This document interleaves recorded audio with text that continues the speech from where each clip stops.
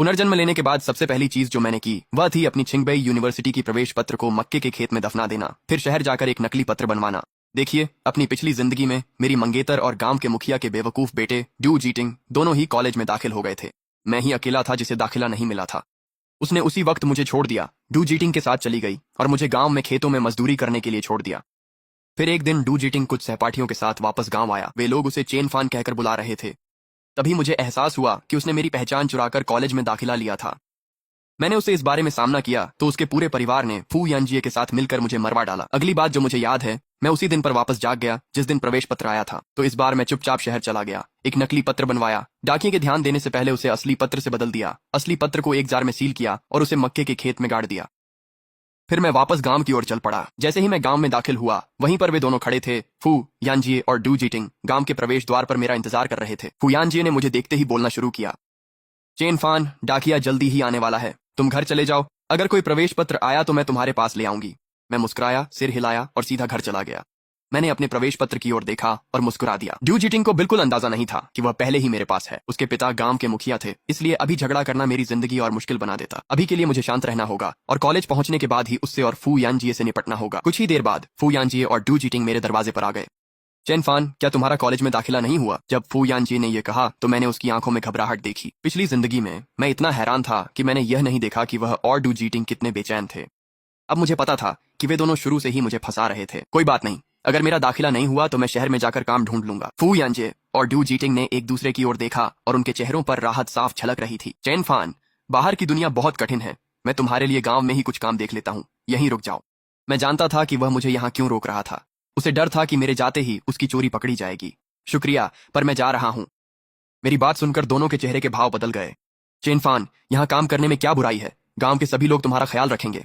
मैं ठीक हूं फू यानजिए, मैं जा रहा हूं। आखिरकार वे मुझे मनाने में नाकाम रहे और खाली हाथ लौट गए। मैंने अपना सामान पैक किया, योजना बनाई कि अगले दिन शहर जाऊंगा, बस का टिकट लूंगा, कुछ दिन काम करूंगा, फिर जब कक्षाएं शुरू होंगी तो सीधे स्कूल चला जाऊंगा। लेकिन उसी रात फू यानजिए और ड्यू जीटिंग वापस आ गए। चेन फान, मैं सगाई तोड़ने आई हूं। पिछले जन्म में भी वह ठीक इसी समय आई थी।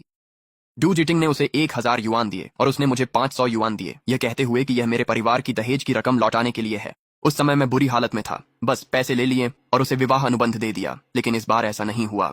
फू यानजिए, तुम सगाई तोड़ सकती हो, लेकिन अनुबंध में साफ लिखा है, अगर तुम सगाई तोड़ती हो तो तुम्हें मेरे परिवार को अतिरिक्त 500 युआन देने होंगे। फू यानजिए सन्न रह गई। उसे अच्छी तरह पता था कि उसने किस बात पर दस्तखत किए थे। सालों पहले मेरे परिवार का भरोसा जीतने के लिए उसने बिना झिझके उस अनुबंध पर अपना नाम लिख दिया था। उसका मानना था कि चूंकि मुझे उससे लगाव है, मैं बिना विरोध किए सगाई तोड़ने के लिए मान जाऊंगा और कभी अतिरिक्त पैसे नहीं मांगूंगा। उसे अभी अभी ड्यू जीटिंग से 1000 युआन मिले थे और अब उसे वो सारी रकम मुझे देनी पड़ेगी। ये बात जरूर चुभ रही होगी, खासकर जब कॉलेज के खर्चे सामने हों। पैसे नहीं दिए तो कॉन्ट्रैक्ट नहीं मिलेगा। चेन फैन, क्या तुम फू यानजिए के काबिल हो?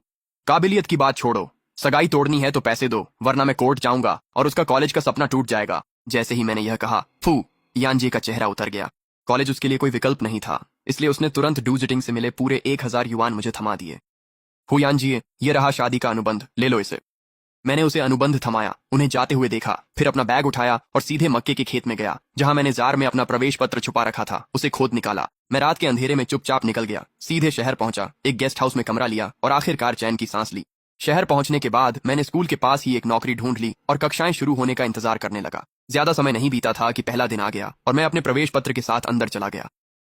जैसे ही मैं गेट के अंदर गया, वहीं पर थे ड्यू जीटिंग, फू यानजिए और ड्यू जीटिंग की माँ। तीनों के चेहरे पर हैरानी साफ झलक रही थी। मैं ड्यू जीटिंग के चेहरे पर घबराहट साफ देख सकता था। चेन फैन, तुम यहाँ क्या कर रहे हो? मैं यहाँ पढ़ाई के लिए आया हूँ। चेन फैन, तुम क्या कह रहे हो? तुम्हारा तो चयन नहीं हुआ था, तुम यहाँ क्या कर रहे हो? मैंने फू यानजिए का घटिया सा नाटक देखा और बस मुस्कुरा दिया। फिर ड्यू जीटिंग की माँ मुड़कर बोली, हाँ चेन फैन, तुम्हारा चयन नहीं हुआ, घर जाओ। क्या पैसे खत्म हो गए? लो 100 युआन और जाओ। मैं उन्हें देख मुस्कुरा दिया। बस यहाँ थोड़ा घूमने आया हूँ, मैंने ये कहा और सीधे स्कूल की ओर बढ़ गया। जैसे ही फू यानजिए ने मुझे अंदर जाते देखा, उसके चेहरे का रंग बदल गया। उसने मुझे पकड़ना चाहा, पर मैंने उसे झटक दिया। स्कूल गेट पर मुझे इस परिवार का डर नहीं था।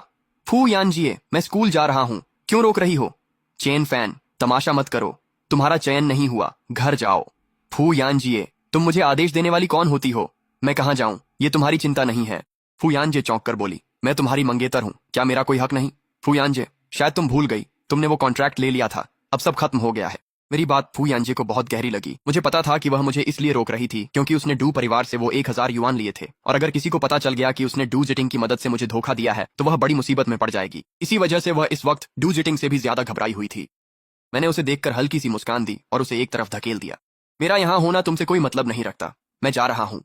मैं मुड़ा और स्कूल की ओर चल पड़ा। मेरे पीछे डू जिटिंग ने ठंडे स्वर में पुकारा, चेन फैन, चाहे तुम अंदर भी चले जाओ, कोई फर्क नहीं पड़ता। तुम्हारे पास प्रवेश पत्र नहीं है, तुम यहाँ पढ़ नहीं सकते। मैंने मुड़कर डू जिटिंग की ओर देखा। अब भी उसे अंदाजा नहीं था कि उस पर कैसी मुसीबत आने वाली है। जैसे ही मैं आगे बढ़ा, फू यानजे ने मुझे फिर से पकड़ लिया। चेन फैन, अंदर मत जाओ। फू यानजे, ऐसा किया तो मैं पुलिस बुला लूंगा। ये सुनकर उसका चेहरा बिगड़ गया। गेट पर हो रही हलचल ने सबका ध्यान आकर्षित कर लिया था। छात्र और शिक्षक पहले ही देखने लगे थे और सुरक्षा गार्ड भी हमारी ओर बढ़ने लगा। अरे, यहाँ क्या हो रहा है? मैं यहाँ दाखिला लेने आया हूँ और ये लोग मुझे अंदर जाने से रोक रहे हैं। जैसे ही मैंने यह कहा, सभी गार्ड फू यानजी और डू जिटिंग की ओर मुड़ गए। उन तीनों के चेहरे एकदम पीले पड़ गए। डू जिटिंग की माँ बीच में कूद पड़ी। धोखा मत खाइए, ये फेल हो गया है। इसे कॉलेज में दाखिला नहीं मिला, इसलिए हमने इसे रोका है। सही है, ये तो कोई पत्र भी नहीं दिखा सकता। देखिए, डू जिटिंग के पास मेरा असली पत्र था, इसीलिए वह इतना आत्मविश्वासी था। उसे यह नहीं पता था कि मैंने पहले ही पत्र बदल दिया था और उसके पास नकली वाला छोड़ दिया था। उसके हाथ में जो पत्र है वह एक जालसाजी है। गार्ड मेरी ओर देखने लगे और मैंने अपना प्रवेश पत्र निकाल लिया। यह मेरा प्रवेश पत्र है। जैसे ही मैंने यह कहा, डू जिटिंग और फू यानजे दोनों के चेहरे सफेद पड़ गए। डू जिटिंग अचानक बोल पड़ा, यह असंभव है। वह मेरी चिट्ठी को घूरते हुए उसमें छेद कर देने जैसा देख रहा था। डू जिटिंग ने फू यानजे की ओर घबराई हुई नजर डाली और फू यानजे भी बस वहीं खड़ी रह गई, जमी हुई, मुझे घूरती रही। उसका पत्र नकली है। फू यानजे मुझ पर झपटी, मेरे हाथ से पत्र छीनने की कोशिश की। मैं सीधा सुरक्षा गार्ड के पीछे चला गया। मदद करो, ये लोग मेरा प्रवेश पत्र चुराने की कोशिश कर रहे हैं। गार्ड्स ने तुरंत फू यानजे को पकड़ लिया और उसे पीछे रोक लिया। उसका पत्र नकली है, उसे बेवकूफ मत बनाओ। फू यानजे चीख पड़ी, पूरी तरह आपा खो बैठी। अब तक गेट पर हुई हलचल ने एक बड़ी भीड़ इकट्ठा कर ली थी, यहाँ तक कि कुछ शिक्षक भी वहां आ गए। शिक्षकों, यह मेरा प्रवेश पत्र है, कृपया इसे देखिए। खुद जांच लीजिए कि यह असली है या नहीं। मैंने पत्र स्कूल के कर्मचारियों को सौंप दिया। उन्होंने पत्र को ध्यान से देखा और पुष्टि की कि यह वैध है। इन्होंने मेरा पत्र चुराने की कोशिश की और मुझे आने से रोका। मैं स्कूल से पुलिस बुलाने की मांग करता हूँ, मैंने कहा, सीधा फू यानजे और बाकी लोगों की ओर देखते हुए। शिक्षकों ने फू यानजे और उसके समूह की ओर देखा। उनमें से एक वहीं खड़े खड़े फोन करने चला गया। शिक्षकों, आप धोखा मत खाइए, मेरा पत्र असली है। डू जिटिंग ने घबराते हुए अपना पत्र शिक्षकों की ओर बढ़ा दिया। मैंने देखा और हंसी छूटते छूटते रह गई। ये लड़का सच में बिल्कुल अनजान था। नकली दस्तावेजों का इस्तेमाल करके कॉलेज में दाखिला लेना न सिर्फ बेकार है, बल्कि यह एक आपराधिक अपराध भी है। जैसे ही उसने पत्र सौंपा, शिक्षकों ने एक नजर डाली और सन्न रह गए।